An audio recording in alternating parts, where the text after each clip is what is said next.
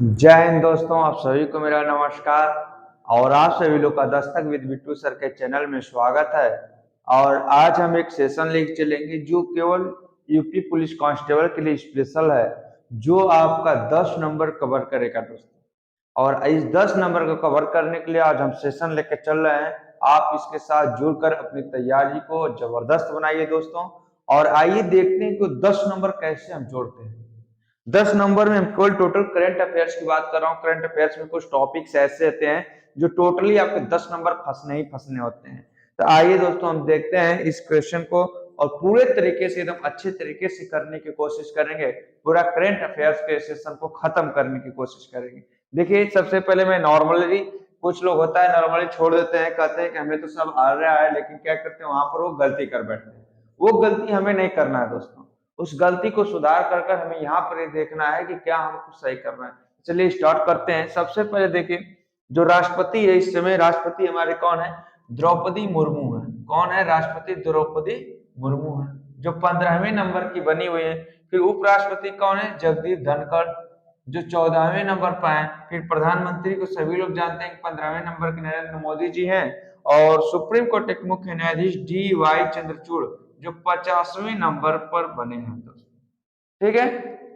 फिर महान्यायवादी, जिसे हम बोलते हैं क्या, अटॉर्नी जनरल ऑफ इंडिया, अर्थात RK वेंकट रमणी जी हैं, जो क्या है, महान्यायवादी है इस समय वर्तमान समय। और लोकसभा अध्यक्ष वर्तमान समय में ओम बिड़ला जी हैं, जो 17वें नंबर के हैं दोस्तों। और लोकसभा महासचिव उत्पल कुमार सिंह हैं। इस पॉइंट को याद रखना, सभी लोग अध्यक्ष को ही भूल जाते हैं, महासचिव पूछ देता है तो उसको भी मार देते हैं, ओम बिड़ला जी को ही अध्यक्ष समझ के मारते हैं। लेकिन आप ये गलती ना करें, ठीक है। आप ये गलतियां एकदम नहीं करना है आपको दोस्तों। आपको एकदम सही सही करना है कि हमारे जो लोकसभा महासचिव हैं उत्पल कुमार सिंह हैं।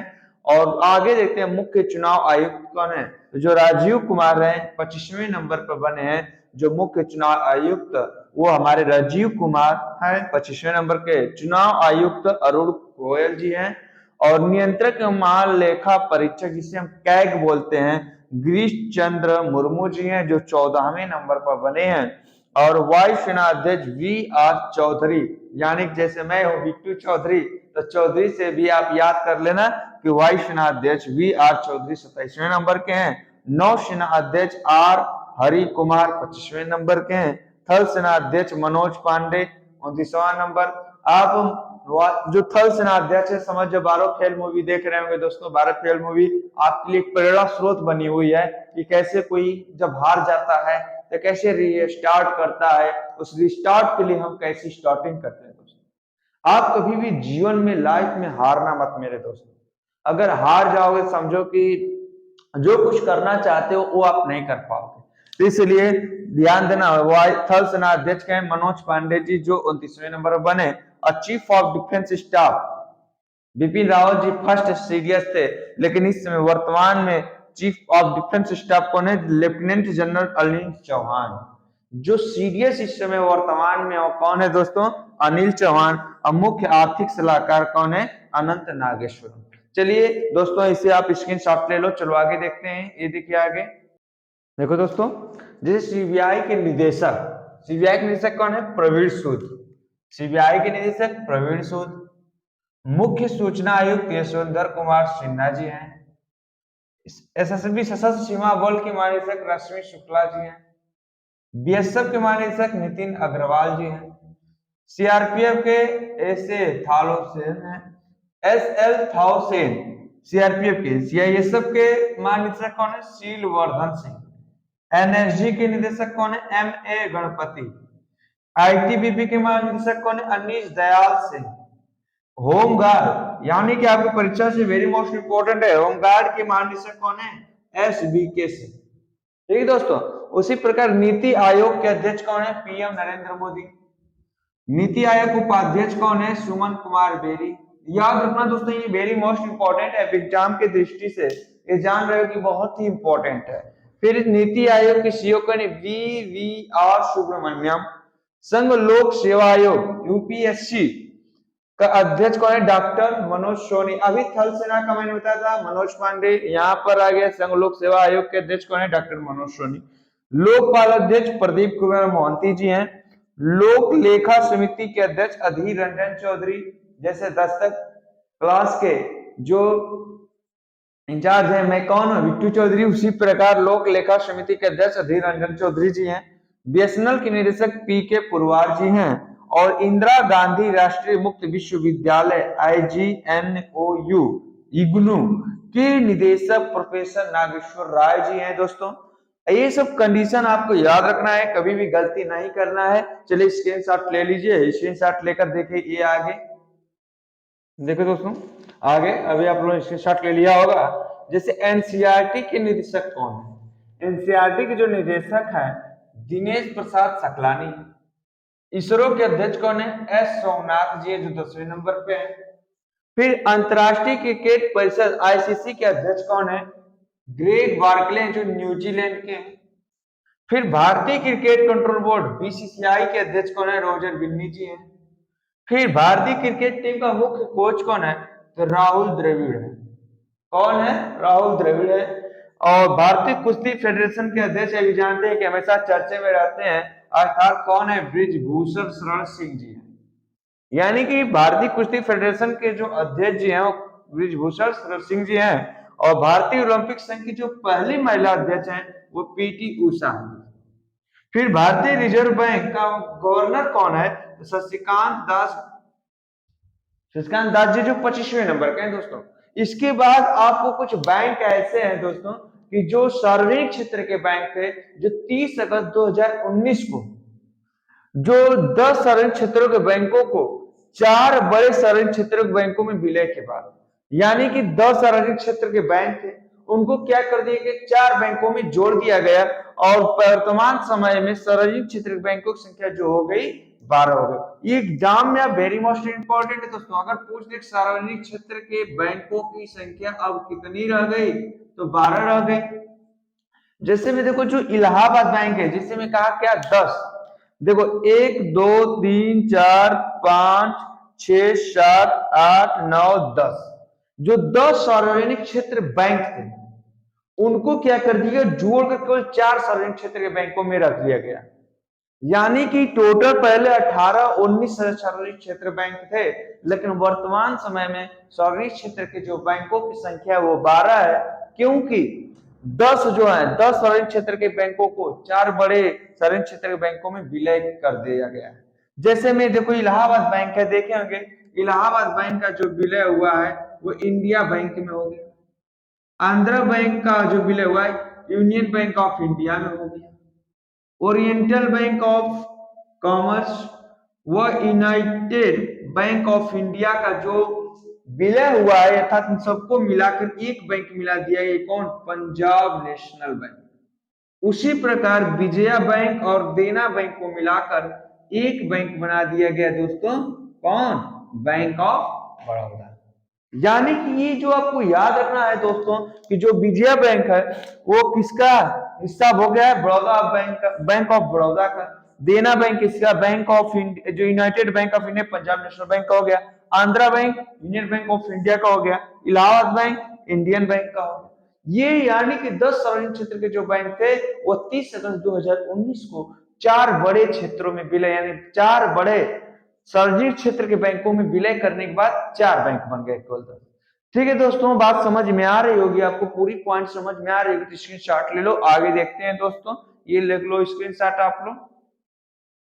देखो दोस्तों कुछ रक्षा उपकरण है और रक्षा उपकरण में क्या है, यानी कि कौन से यानी कि उपकरण है कि कौन से आपके क्या करते हैं, क्या है पूछा जाता है। जैसे हेलिना क्या है, तो आपको ऑप्शन में 4 ऑप्शन दे देगा इस तरह से, टैंक रोधी missile, helicopter, surface to air missile या पनडुब्बी, 4 ऑप्शन देता है। उसमें पूछता है क्या है, जैसे पूछ दे टैंक रोधी मिसाइल कौन है, इसमें से 4 नाम दे देगा।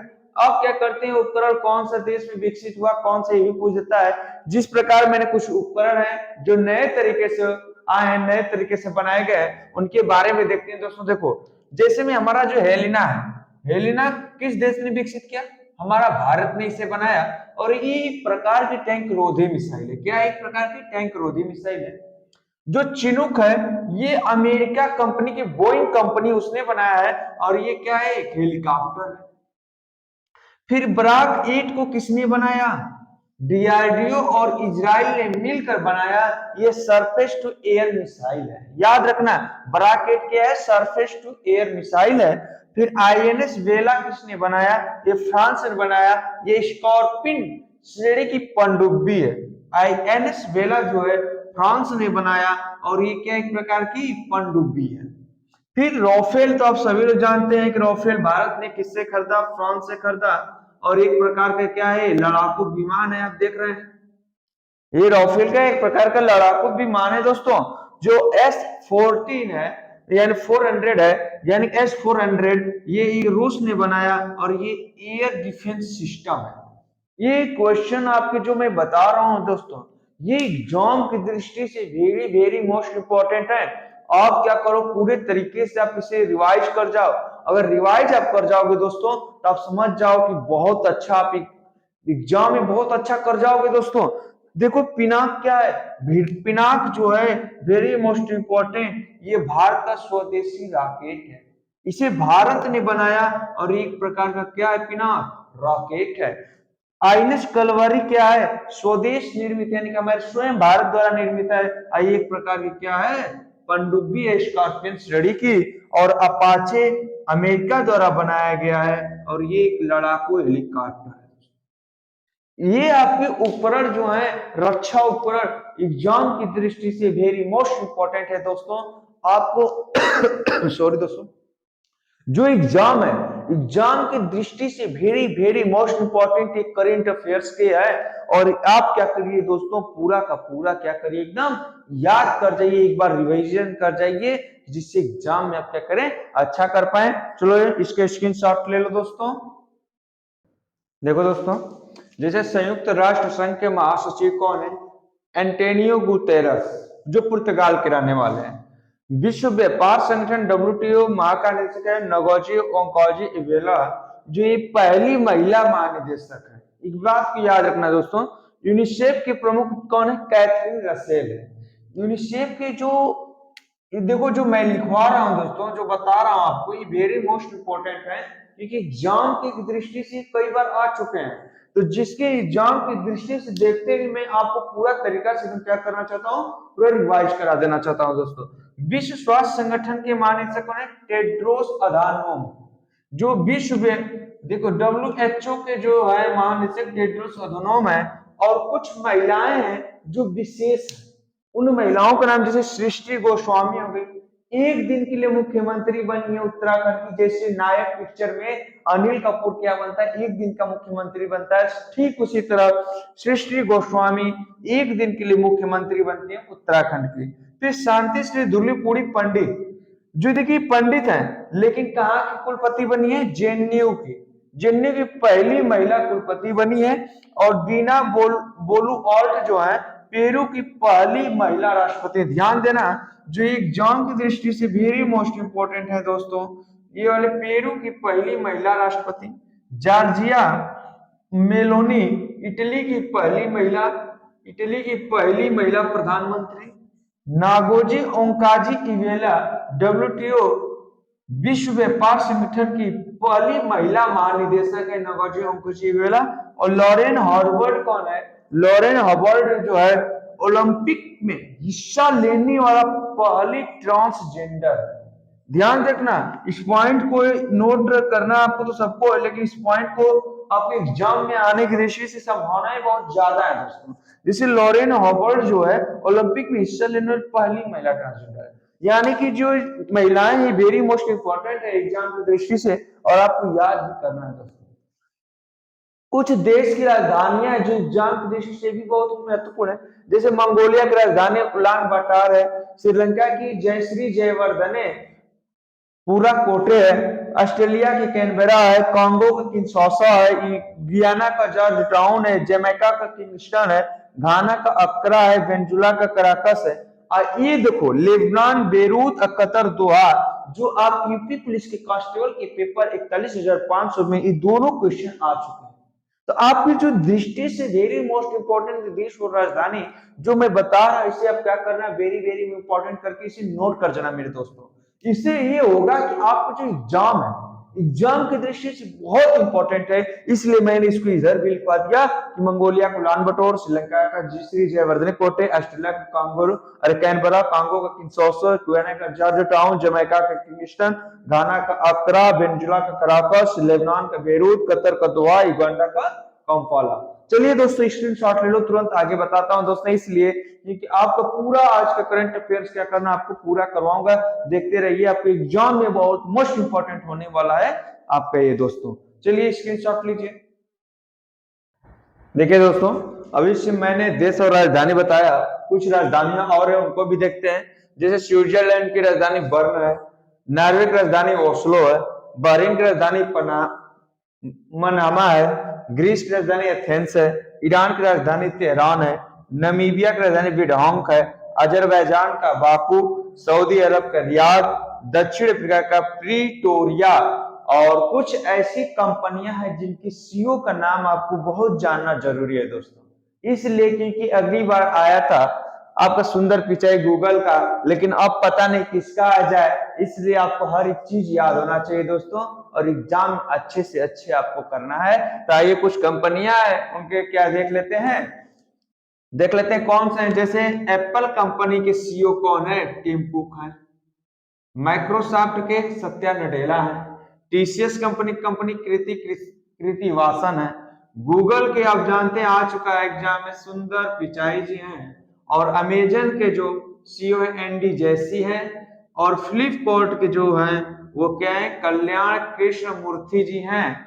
और फेसबुक के जानते चाहते सभी लोग के चाहता है फेसबुक, सबको मित्रता पसंद है कि नहीं, ज्यादातर वो लड़के मित्रता पसंद करते हैं, फेसबुक पर देखते हैं कि साथ में लड़की पड़ी है और वो अचानक से दिख जाए कहां पर, फेसबुक पर, तो तुरंत फ्रेंड रिक्वेस्ट भेजते हैं और उधर से क्या आता है आपका, देखते हैं नॉट रिसीव्ड, यानी कहती कि पहचानने से इनकार कर देती है। उधर से क्या आता है कि मैं इनको जानती नहीं, और वो फ्रेंड रिक्वेस्ट है क्या करती है, एक्सेप्ट नहीं करती है। उसी प्रकार फेसबुक छोड़िए और अपने मेहनत पर ध्यान दीजिए, ठीक है दोस्तों। जैसे फेसबुक के आगे मार्क जुकरबर्ग है सीईओ। और ट्विटर जो इस समय ज्यादा प्रचलित है, इसके क्या है, लिंडा याकीरिनो। जो लिंडा याकारिनो है वो क्या है, ट्विटर के सीईओ है। और व्हाट्सएप जो आप चलाते हैं, चैटिंग, वो क्या हो गया, व्हाट्सएप के बिल कैथकार्ट है। और यूट्यूब जो देखते हैं, नाम तो यूट्यूब देखने में लाल है, लेकिन इसके सीईओ नील मोहन है। कौन है, नील मोहन। और आपको याद रखना है कि जो जितने भी चीजें हम यूज कर रहे हैं, देख रहे हैं कि एक भी भारत वाले नहीं है, बल्कि क्या अधिकतम कहाँ के हैं, सब विदेशी हैं जो यूज कर रहे हैं हम आज। यानी कि सबके जो है आपकी जो सीईओ है, सीईओ का नाम वेरी मोस्ट इंपॉर्टेंट है दोस्तों, याद रखना। जैसे एप्पल के टिम कुक है, माइक्रोसॉफ्ट के सत्य नडेला है, टीसीएस के कृति वासन है, गूगल के सुंदर पिचाई, अमेजन के एंडी जैसी है, फ्लिपकार्ट के कल्याण कृष्णमूर्ति है, फेसबुक के मार्क जुकरबर्ग है, ट्विटर के लिंडा एक्रेना है, व्हाट्सएप के बिल कैथलीट है, यूट्यूब के नील मोहन है। आवाज तो क्लियर है ना मेरी, देख लेना। कुछ एयरलाइंस हैं और उस एयरलाइंस का मुख्यालय कहाँ है, ये भी आपको याद होना चाहिए दोस्तों। जैसे एयर इंडिया का जो एयरलाइंस है, एयर इंडिया, इसका मुख्यालय दिल्ली है। इंडिगो का गुरुग्राम हरियाणा में पड़ता है। एयर इंडिया एक्सप्रेस का कोच्चि में है मुख्यालय, केरल। स्पाइस जेट का गुरुग्राम हरियाणा में है। गो एयर मुंबई में है, इसका महाराष्ट्र में है।